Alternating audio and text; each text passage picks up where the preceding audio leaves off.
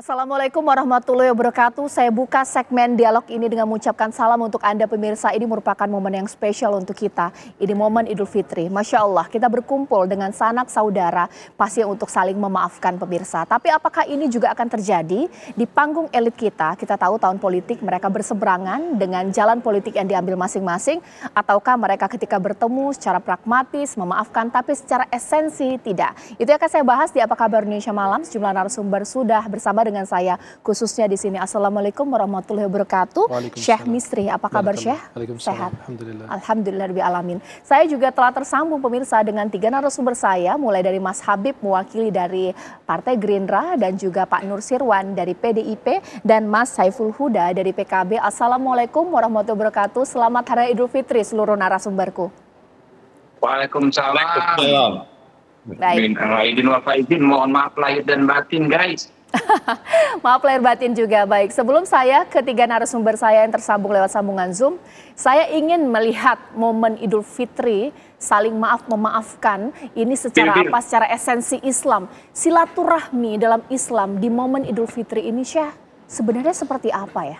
Ya, bismillahirrahmanirrahim. Alhamdulillah wassalatu wassalamu ala Rasulillah wa alihi wa sahbihi wa man wala. Kalau bicara silaturahim itu adalah menyambung tali silaturahim kita dengan orang kerabat terdekat kita. Apakah kerabat yang dimaksud rahim ini bisa rahim itu adalah kerabat yang mendapatkan warisan atau tidak? Kerabat yang diharamkan kita menikahinya atau tidak? Maka itu mencakup itu semua bisa jadi. Jadi kalimat silaturahim ini sebenarnya kalau digunakan untuk masyarakat umum itu kurang tepat. Karena silaturahim ini adalah menyambung hubungan dengan kerabat kita. Saya kalau ke teman saya bukan silaturahim, tapi berkunjung, ya bersilah boleh, menyambung hubungan baik dengan beliau, menyambung hubungan bersaudaraan. Tapi kalau rahim ini menyangkut dengan kerabat terdekat kita saja. Nah itu yang diartikan silaturahim. Silaturahim itu silah artinya menyambung, menghubungkan. Rahim itu adalah kerabat terdekat kita. Kalau begitu di momen Hari Raya Idul Fitri ini, jikalau kita kemudian berkumpul, bertemu atau saling menyambangi satu sama lain, kita harus wajib bahwa ketika kita sudah datang dan kemudian saling memaafkan, kita sudah sebagai kerabat dekat, ya tidak bolehlah ada prasangka buruk, prasangka marah, bagaimana Syekh? Sebenarnya gini, identik dengan Lebaran. Kenapa? Karena pertemuan kita cuma hanya Lebaran. Karena di luar hari-hari itu banyak kesibukan. Jadi kalau kita saling memaafkan itu di setiap waktu, tidak ditentukan pada saat Lebaran. Kenapa harus Lebaran? Sayang sekali pas Lebaran bermaaf-maafan 2 hari 3 hari berubah lagi. Nah, atau ada dendam atau ada hasud dan lain sebagainya. Jadi kalimat saling memaafkan itu adalah kita bukan hanya dalam momentum tertentu, tapi sepanjang hidup kita saling memaafkan. Mungkin dalam interaksi kita, dalam ucapan kita, hubungan kita bisa jadi terjadi kesalahan dalam keseharian kita. Oke, saya sekarang mau bertanya kepada seluruh narasumber saya mulai dari 02 dulu ya pastinya ke Mas Habib. Mas Habib, Pak Prabowo sudah menyambung tali silaturahmi seperti apa untuk lawan politiknya ketika di Pilpres 03 dan juga 01? Sudah teleponkah, mengucapkan Hari Raya Idul Fitri kah, mau rencana bertemu kah, seperti apa? Ya, yang jelas ya menjaga hubungan baik antar sesama anak bangsa itu terus dilakukan oleh Pak Prabowo dan kami semua ya anak buahnya Pak Prabowo. Kami ya selalu berkomunikasi baik ketika kemarin Ramadan ya, apalagi sekarang sudah Lebaran, dan insya Allah kan kalau di kampung itu kan Lebaran itu sebulan, Syawal, lagi Syawal ini momentum yang paling baik untuk membenahi hubungan ya antar sesama anak bangsa. Pastilah namanya kita baru saja melewati kontestasi pemilu ya yang sangat dinamis, tentu ada salah kata, ada salah pengertian.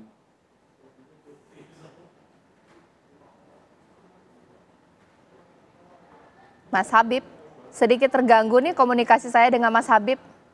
Iya, saya nanti akan perbaiki ya komunikasi saya dengan Mas Habib. Sekarang saya ingin ke Pak Nur Sirwan. Pak Nur Sirwan, sebelumnya kan sudah mulai ada ancang-ancang atau rencana lah bertemu ya dari 02 ke 03 pastinya. Pak Nur Sirwan, ini bagaimana? Ini kan momen Lebaran. Hari ini kah, malam ini kah, besok kah bertemu, ini seperti apa? Bentar, itu tadi Pak Habib belum selesai bicara, Tapi mungkin komunikasinya terputus. terputus. Nanti saya akan tanyakan lagi ini momen Pak Nursiman untuk menjawab. Jadi saya jawab nih sekarang nih ya. Betul. Jadi tentu bahwa kalau seperti apa yang diutarakan oleh rekan-rekan semua, tidak ada hal yang salah, namanya sebuah komunikasi silaturahmi, mungkin pemahaman dari silaturahmi tadi yang sudah diberikan penjelasan, bisa-bisa saja, tapi intinya adalah kita saling berkomunikasi yang baik. Bagi kami tentu, bagi kita semua harapannya tentu, apalagi setelah selesainya Ramadan, tentu kita dengan bahasa kembali kepada fitrahnya, tentunya harapannya tetap komunikasi itu bisa kita lakukan. Dan benar apa kata Pak Habib, Mas Habib tadi mengatakan bahwa kita semua tentu selama ini juga berkomunikasi, tidak ada hal-hal yang hambatan, itu tidak ada. Tapi tentu kita juga bisa menghargai, dapat menghormati adanya prinsip-prinsip yang harus tetap kita junjung tinggi. Apalagi tadi kita bicara pasca selesainya pemilu, di mana tentu banyak hal-hal yang kita masing-masing semua alami. Dalam konteks berkaitan dengan hari Idul Fitri pada hari ini, tentu silaturahmi tersebut tentu kita tidak bisa memungkiri bahwa kita juga perlu menghargai, memperhatikan, menghormati adanya beberapa prinsip yang harus tetap kita jaga, adanya kebenaran, adanya keadilan, adanya prinsip-prinsip ketaatan terhadap konstitusi, dan itu semua berjalan, berproses bersamaan dengan hari-hari besar ini, dan itu tentu tidak bisa kita hindari. Kita tetap harus berpegang kepada prinsip-prinsip tersebut, dan hal tersebut tentu kita sebaiknya bisa menerima, bisa menghargai adanya pegangan terhadap prinsip-prinsip tersebut untuk terjadinya sebuah komunikasi, atau katakanlah sebutannya silaturahmi dan sebagainya, begitu. Iya, baik, ditahan dulu. Sekarang saya ke Pak Saiful Huda ini. Pak Huda, ini bagaimana Bang? Apakah sama gitu bahwa terbukalah untuk komunikasi untuk siapapun, ini seperti apa? Masih di mute, Bang? Ya, silakan. Sudah tuh. Halo? Ya, silakan. Sudah? Ya, sudah. Oke. Sorry, saya nggak bisa dengar Pak Nusirwan dan nggak bisa dengar Mas Habibur Rahman. Atas nama keluarga besar PKB dan pribadi, saya mengaturkan minal aidin wal faizin. Selamat. Kita sedang memasuki suasana Idul Fitri, mohon maaf lahir dan batin. Yang kedua, dalam tradisi Islam dan dalam tradisi Nusantara kita boleh berbeda, kita boleh berseberangan pandangan, tapi silaturahim tetap harus terus kita jaga. Jadi silaturahim sampai kapanpun tidak boleh putus. Nah, pada konteks itu saya kira semua pemimpin kita, semua elit kita memaknai silaturahmi sebagaimana yang pernah diteladankan oleh para pemimpin founding fathers kita. Itu yang kedua. Yang ketiga, kita pernah ada peristiwa menjadikan Idul Fitri atau Lebaran sebagai momentum politik yang sampai hari ini terkenal dengan istilah halal bihalal. Istilah halal bihalal memang tidak ada di dalam tradisi Arab, mungkin saya tadi juga bisa bercerita. Tapi ini khas Indonesia. Halal bihalal ini dulu dirancang oleh Kiai Haji Wahab Hasbullah, salah satu ketua umum PBNU, yang pada waktu itu hubungan antar pemimpin bangsa ini terjadi saling ketidaksepahaman, tepatnya pada tahun 1948. Nah, waktu itu Pak Kiai Wahab Hasbullah menyampaikan kepada Bung Karno bahwa kayaknya kita perlu memanfaatkan momentum Idul Fitri sebagai momentum politik untuk membangun semacam rekonsiliasi, meleburkan berbagai persoalan. Karena itu beliau usul menggunakan istilah halal bihalal. Jadi saling menghalalkan dari berbagai persoalan yang waktu itu sedang terjadi. Nah, pada konteks itu jadi saya kira sudah pernah ada momentum Idul Fitri dijadikan sebagai momentum politik dengan nama halal bihalal. Dan hari ini setiap kali kita mengadakan acara pasca Lebaran sering disebut sebagai halal bihalal. Ya. Nah, pada konteks itu saya kira ini perlu diteladani bahwa sekeras apapun perbedaan kita, baik pada persoalan mensikapi politik, mensikapi kebangsaan, dan mensikapi keindonesiaan, tetap saya kira silaturahim harus terus dijaga. Baik. Ya, ditahan dulu Bang Huda dan juga narasumber lainnya. Ini yang mungkin saya penasaran, Syekh, bahwa apakah momen silaturahmi itu dianggap pragmatis oleh masyarakat kita? Ya, bertemu tidak berantem, tapi dalam hati masih menyimpan rasa dongkol, ada intrik, ada persaingan. Buruknya lagi kalau saling menjatuhkan dalam hal kritik. Nanti akan kita bahas usai jeda berikut. Masya Allah, ini kalaulah bisa setiap hari saya menghadirkan hadroh di Apa Kabar Indonesia Malam, dan ini mungkin menyambung apa yang saya tanyakan kepada Syekh Misri di sini. Apa pentingnya para elit politik ini kemudian secara terbuka dan diliput oleh TV untuk melakukan silaturahmi yang benar-benar secara esensi itu ada? Kita tahu tahun politik ini sempat ada friksi di masyarakat. Pasti. Ini seperti apa?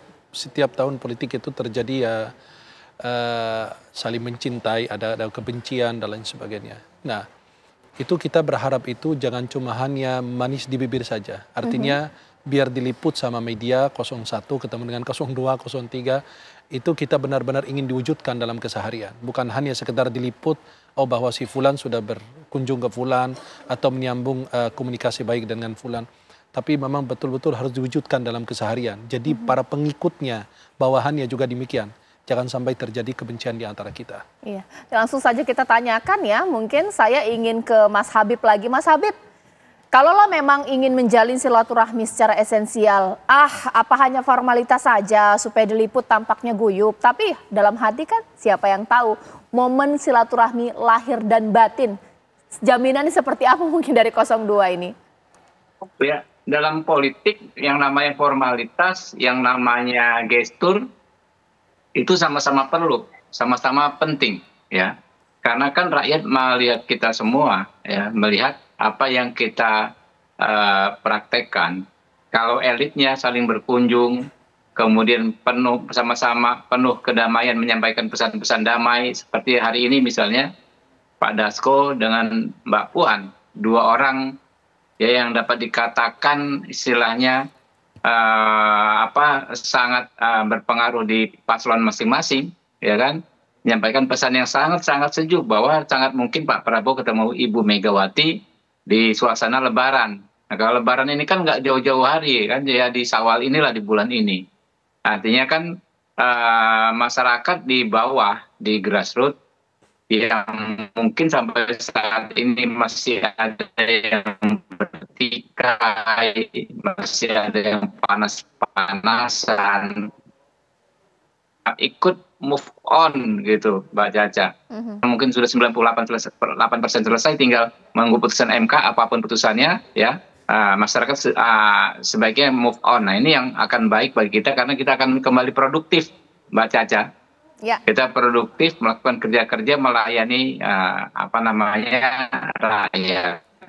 Baik, sekarang saya ke Pak Nursirwan lagi deh. Pak Nursirwan, tadi kan Mas Habib mengatakan terbukalah kita untuk saling memaafkan dan ada kata move on. Nah kalau move on ini sebenarnya bikin dari 03 masih mengganjal ini, jangan-jangan maafnya lahir saja, batin enggak ini, seperti apa?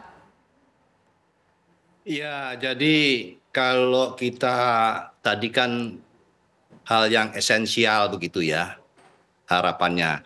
Tadi saya awal tadi sudah sampaikan bahwa tentu seperti diutarakan oleh Pak Habib tadi bahwa Mas Dasko dan Mbak Puan, ya itu adalah bagian daripada proses yang tadi saya katakan awal bahwa itu juga membutuhkan pemahaman yang sama ya, berangkat dengan prinsip-prinsip dari kedua belah pihak untuk prinsip tadi saya utarakan di awal bahwa mengawali di bulan suci, setelah selesai bulan suci Ramadan ini kita kembali kepada fitrahnya bahwa seharusnya kita juga berpegangan kepada beberapa prinsip-prinsip yang itu esensial.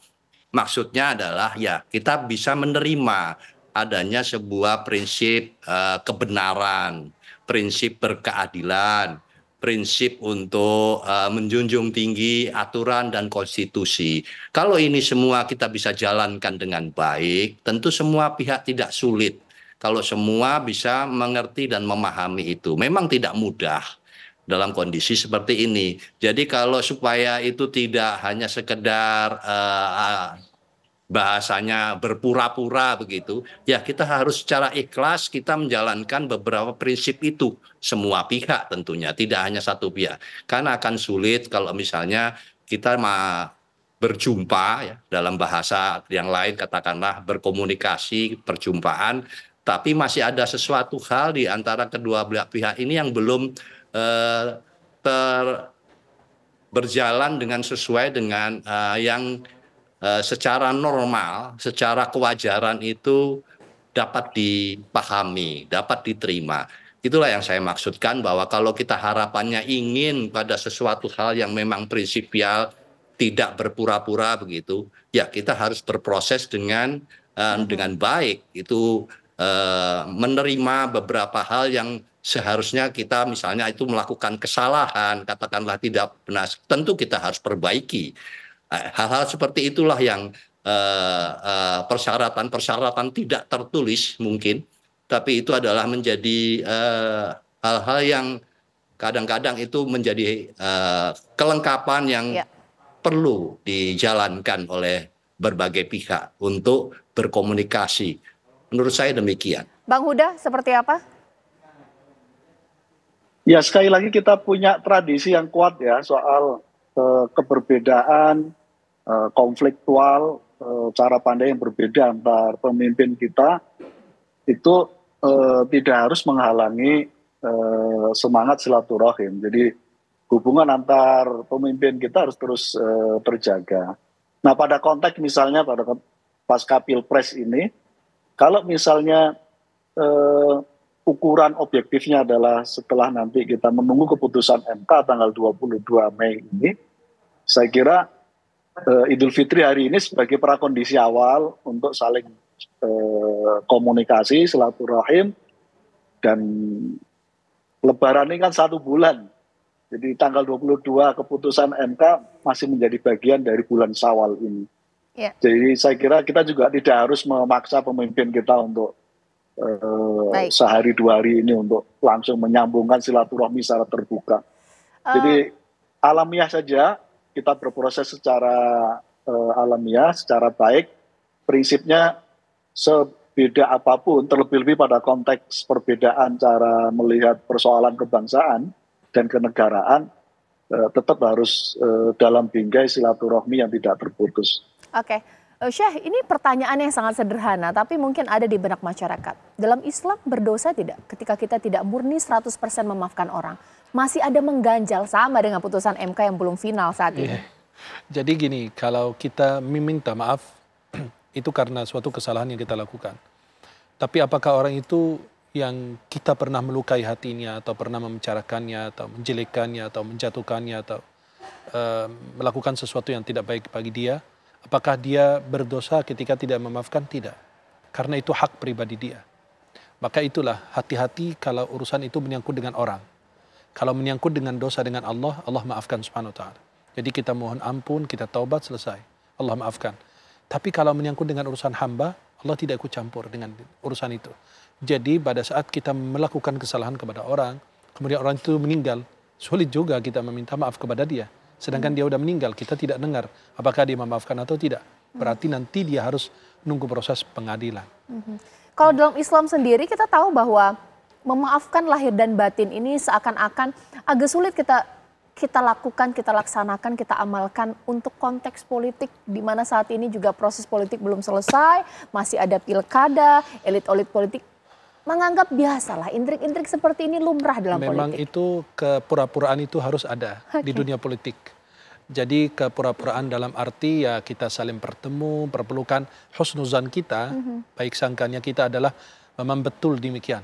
Tapi kadang-kadang kepura-puraan untuk menarik simpati orang bahwa saya lebih mulia, saya memaafkan, saya mendatanginya, saya berkunjung atau saya menyambung tali silaturahim kepada orang tersebut. Ya seperti yang kita tadi sudah berbaik kata silaturahim. Jadi kepura-puraan di dalam dunia politik memang itu sebuah keharusan ya. Kalau saat ini kita perhatikan. Tapi ya kita menilai zahirnya saja. Ya, zahirnya saja bahwa insya Allah mereka saling memaafkan dan harus mereka semua saling mengajak untuk berperan apa? Semua pihak berperan untuk membangun bangsa. Jadi seandainya itu sudah ada selesai final itu untuk keputusan bahwa siapa pemimpin bangsa ke depan berarti semua harus dirangkul. Dan tidak boleh ada dendam di antara kita. Kadang-kadang gini, lahir memaafkan, batinnya kan kita nggak tahu. Betul. Yang tahu hanya Allah Subhanahu wa taala. Masya Allah. Maka kalau dunia politik itu kadang-kadang terjadi hal-hal yang ya kadang-kadang nggak masuk akal dan apalagi masuk hati kita gitu ya. Betul. Syekh, nanti saat lagi kita juga akan membahas ya bahwa kalau sudah merangkul itu harus semua, jangan ada yang dianaktirikan tidak diajak. Mengingat Prabowo Subianto akan bertemu dengan Megawati Soekarno Putri, Anies kenapa nggak diajak? Sesaat lagi kita tanya kepada narasumber usai jeda berikut.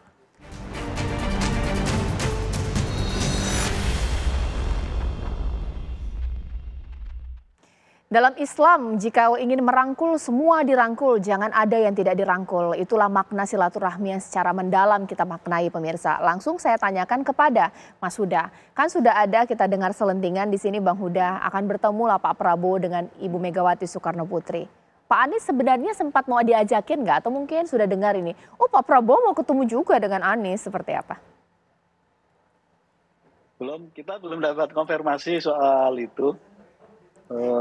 Tapi sekali lagi prinsipnya semua kita hormati prosesnya kayak apa dan tahapannya seperti apa dan ukuran objektifnya kan sudah ada sebenarnya, yaitu keputusan MK tanggal 22 Mei yang mohon maaf yang akan datang. Jadi kita tunggu dan momentum itu saya kira bisa menjadi momentum untuk semua pemimpin kita, semua elit bangsa ini menempatkan semua kepentingan negara dan bangsa dalam semangat untuk membangun Indonesia yang lebih baik ke depan. Bang Huda, tapi mau baik Caimin bahkan juga Pak Anies bertemu dengan Pak Prabowo, mau didatangi atau jangan-jangan Pak Anies sendiri mau datang atau bagaimana?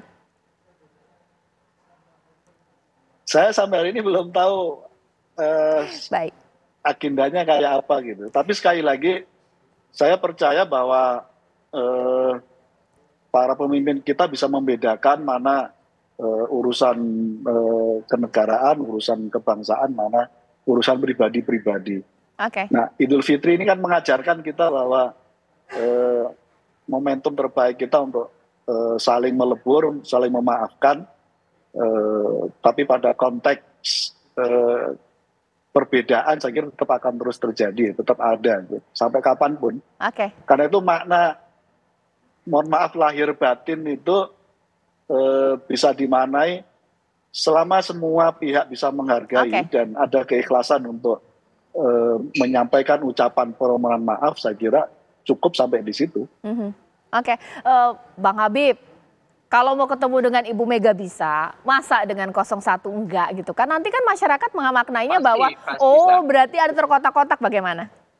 Enggak. Kalau kita simak pidato Pak Prabowo semalam ya, sebenarnya di acara semi internal lah ya, malam takbiran kita ketemu ya. Clear Pak Prabowo bilang bahwa sekarang ini trennya kolaborasi ya, nggak ada lagi persaingan antar ideologi yang keras ya. Trennya sekarang adalah kerjasama dan kolaborasi, dan kalau kita bilang kerjasama dan kolaborasi tentu dengan semua elemen bangsa, termasuk diantaranya teman-teman yang kemarin mendukung Pak Anies dan termasuk Pak Anies dan Pak Muhaimin sendiri ya. Kalau yang saya lihat memang sudah ada juga komunikasi sebetulnya, mungkin nggak ke Pak Anies langsung tetapi ke partai-partai pengusungnya. Kalau saya sih sebetulnya sudah lihat tondo-tondonya lah ya. Tinggal nanti apa di saat yang tepat akan lebih terbuka mungkin. Jadi kami percaya ya dan yakin pada dasarnya hatinya ini sama semua ya, merah putih. Jadi kalau kata tadi disinggung bahwa kadang-kadang kita dianggap berpura-pura saling baik, justru sebaliknya Mbak Caca, kadang-kadang nih kita di TV ini berpura-pura berkelahi supaya agak seru dikit. Padahal ya begitu off air kita akrab satu sama lain gitu loh. Walaupun saling hormat menghormati terhadap prinsip masing-masing. Jadi nggak ada hambatan apapun kami dengan Pak Anies ya. Kami dengan Pak Anies sangat dekat. Kami dengan Gus Muhaimin sangat dekat. Kami dengan teman-teman Nasdem sangat dekat. Kami dengan PKS juga sangat dekat. Jadi insya Allah ya nggak ada hambatan psikologis apalagi ideologis untuk mempertemukan tokoh-tokoh bangsa ini. Benar, saya dengan saudara saya Pak Saiful Huda, setelah putusan MK, saya pikir semua akan lumer semua hatinya gitu loh. Udahlah, apapun hasilnya, kontestasi ya kontestasi. Kalau mau bersaing ya 5 tahun lagi, tapi sekarang sama-sama kita bersatu ya menjawab tantangan-tantangan kebangsaan ini. Pak Nusirwan, seperti apa? Ya, jadi seperti yang selalu kita dengar, bahkan tadi ada yang menarik dari Syekh tadi mengatakan bahwa saya jadi bingung juga. Pura-pura itu harus dilakukan kalau di politik. Jadi itu nanti ada waktunya sendiri kita bahas soal hal tersebut. Tapi saya ada catatan yang lain bahwa kalau berkaitan dengan kolaborasi, tentu semua pihak tahu, Mas Habib, kemudian Bung Saiful Huda, kalau untuk PDI Perjuangan artinya Ibu Megawati dengan Pak Prabowo, sepemahaman saya, sepengetahuan saya sampai hari ini tidak ada hal-hal yang prinsip yang perbedaan tersebut. Semua paham 2009 bahkan tidak hanya berkoalisi, tapi 2009 itu Pak Prabowo berpasangan dengan Ibu Megawati untuk calon presiden dan wakil presiden. Tapi perlu menjadi catatan kita bahwa kita juga bertanggung jawab terhadap legacy, terhadap proses politik, proses demokrasi, karena ini akan menjadi catatan panjang sejarah Republik. Jadi kita berupaya semaksimal mungkin untuk menjaga prinsip-prinsip tersebut dengan baik, tanpa mengurangi niat untuk bersilaturahmi, berkunjung, berkomunikasi politik itu tetap akan kita lakukan. Tapi kita pun punya tanggung jawab untuk menjaga prinsip-prinsip untuk kesekian tahun ke depan, generasi yang akan datang perlu mendapatkan legasi yang baik, yang benar, khususnya berkaitan dengan ketaatan kita terhadap konstitusi. Sehingga maksud saya tentu kita tidak dengan mudah menyederhanakan hal-hal yang berkaitan dengan silaturahmi dan berkunjung tersebut dengan mengeliminasi beberapa hal yang pokok, yang prinsip, yang itu menjadi tanggung jawab kita untuk nanti kelak di kemudian hari generasi kita yang akan datang. Ini yang perlu menjadi pemahaman. Bagaimanapun nanti akhirnya kita akan menjadi catatan tersendiri akan hal-hal yang pernah kita perbuat pada waktu tertentu, masa tertentu yang itu tentu akan menjadi hal yang kita tidak inginkan untuk generasi yang akan datang. Syekh seperti apa? Yang tadi yang beliau memang di dalam dunia politik itu tidak bisa ditebak ya. Tidak hitam dan tidak putih. Kadang-kadang juga abu-abu, nggak jelas. Bahkan dua kaki, kaki kanan dan kaki kiri. Jadi kita tidak bisa membedakan antara yang tulus sama yang fulus. Jadi memang di dunia politik itu ya memang begitu ceritanya ya. Dan mudah-mudahan harapan kita, bukan ini su'uzan kita ya. Harapan kita dari husnuzan kita, baik sangka kita, bahwa apa yang terjadi dengan komunikasi antara 01, 2, dan 3, mudah-mudahan itu secara tulus. Dan ini karena kita semua ingin membangun bangsa dan negara. Dan harapan kita juga bukan hanya di depan kamera, tapi juga demikian di belakang kamera. Bukan hanya lahir, tapi insya Allah juga batinnya. Harapan kita ke depan juga untuk saling merangkul, saling mencintai, saling menasihati, ya, saling mendukung, saling membantu. Jangan karena beda pilihan, jadi itulah terjadi permusuhan. Itu yang kita harapkan. Mudah-mudahan dengan Idul Fitri ini menjadi sebuah momentum untuk melakukan perubahan pada diri kita. Dan orang ahli politik faham ya berkaitan dengan persoalan ini. Dan insya Allah mudah-mudahan semuanya 01, 02, 03 semua ingin membangun negara dan bangsa. Iya, sesaat lagi nanti kita akan bahas, terkadang memang dunia itu begitu memabukkan, apalagi jabatan politik, kontestasi politik, seakan-akan kita begitu mengeluarkan berbagai daya upaya untuk memenangi kontestasi politik. Seakan-akan dunia ini memang selama-lamanya, padahal pertanggungjawaban di akhirat itu mungkin sangat penting pemirsa. Nanti kita akan bahas usai jeda berikut. Ya, saya ingin mulai dulu kepada seluruh narasumber saya lewat sambungan Zoom, kemudian nanti ditutup oleh Syekh di sini. Saya mau bertanya kepada mungkin ke Bang Huda terlebih dahulu ya. Kita tahu bahwa terkadang elit-elit politik ini bertempurannya habis-habisan gitu loh. Di panggung politik, wajar, semua ingin meraih kemenangan. Tapi seakan-akan lupa gitu kan. Ya kita di dunia cuma sementara, kalau memang kembali kepada itu, ya sudah selesai kontestasi, nggak perlu nunggu-nunggu. Ya langsung saja mungkin Pak Anies datang, Cak Imin datang, seperti apa? Bang Huda. Ya, politik itu jalan kemuliaan juga, termasuk ketika seorang pemimpin berlaku adil, termasuk diprioritaskan oleh Allah untuk dapat secepatnya masuk surga di kemudian hari, gitu. Jadi karena itu kalau ada kompetisi yang sifatnya kuat dan kemudian ingin meraih, kalau semuanya diletakkan pada konteks ingin semua untuk perjuangan kemaslahatan umat, balik ke niat berarti, kemaslahatan rakyat, nggak ada masalah, memang begitu. Gitu. Dan bahkan dalam doktrin Islam, siasa itu termasuk bagian dari setengah dari perjuangan akidah kita. Menjaga, dalam tradisi kami, berpolitik itu bagian dari menjalankan maqasidus syariah gitu. Bagaimana supaya kita menjaga keturunan, menjaga harta kita, menjaga, ada 5 prinsip dalam maqasidus syariah itu. Jadi sekali lagi, kalau ada kompetisi yang sifatnya habis-habisan dan saling sungguh-sungguh, itu sangat wajar. Dan memang itulah hakikat siasa, hakikat politik. Nah, yang terpenting adalah ketika kekuasaan diraih, sepenuhnya diabdikan untuk kemaslahatan.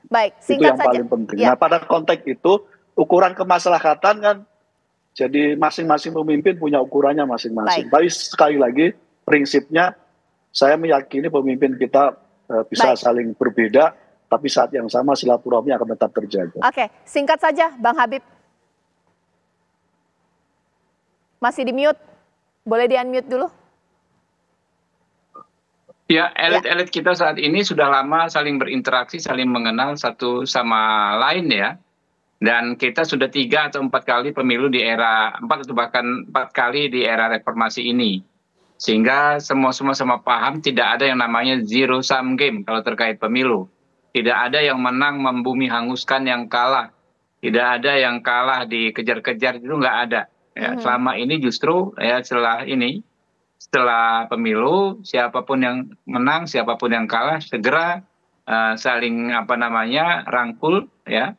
dan bisa sama-sama kembali menjalankan agenda kebangsaan. Baik, ya.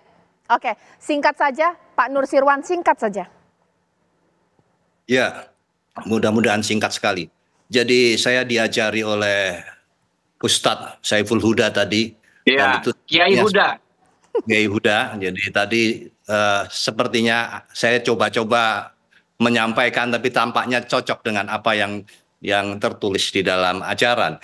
Bahwa tentu saya tadi ulangi kembali bahwa proses itu adalah merupakan pembelajaran bagi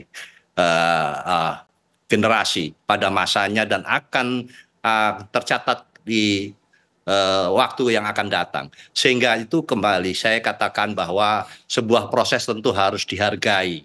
Tidak bisa kita berkejaran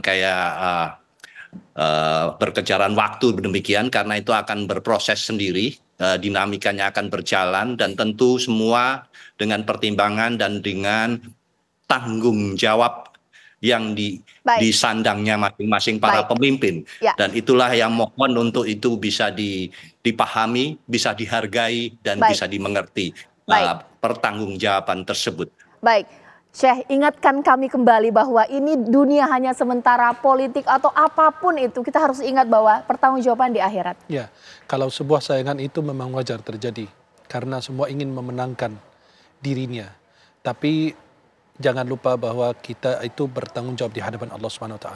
Dan hati-hati karena Anda bertanggung jawab terhadap 260 juta nyawa di Indonesia, dan akan ditanya oleh Allah SWT jika ada yang meninggal kelaparan, atau yang tidak mendapatkan kesehatan dan lain sebagainya.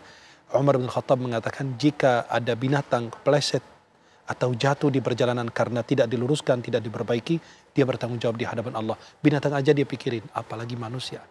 Maka para pemimpin bangsa ini harus berusaha memikirkan jangan hanya tanggung jawab di dunia, tapi yang paling berat adalah tanggung jawab di akhirat. Dan Anda akan sendirian. Tidak ada satupun yang menemani Anda. Tidak ada pengacara, tidak ada yang membela, tidak ada yang bisa disokok di sana, sulit sekali untuk dapat ini. Maka hati-hati bahwa dan mulut Anda akan dikunci karena Allah tahu kita sering berdusta. Al-yawma nakhtimu ala afwahim wa tukallimuna aydihim wa tashhadu arjuluhum bima kanu yaksibun. Pada hari kiamat itu mulut dikunci dan tangan kaki akan berbicara dan bersaksi bahwa dia pernah mengeluarkan harta sebesar itu, berusaha mati-matian untuk mendapatkan itu, niat dan tujuannya apa. Kalau niatnya untuk kemaslahatan, untuk bangsa dan negara, dan bisa juga niat yang lain. Kita tidak bisa menuduh niat orang karena Allah SWT yang bisa mengenal hati manusia, dan Allah lebih tahu niat dan tujuan masing-masing apa. Mudah-mudahan apa yang kemudian kita perbincangkan di malam hari ini bisa menjadi masukan yang berharga, tidak hanya untuk elit politik, bahkan kita sebagai umat muslim pastinya. Terima kasih banyak Syekh atas waktunya, Bang Huda, Pak Nur Sirwan, Mas Habib. Sekali lagi selamat Hari Idul Fitri.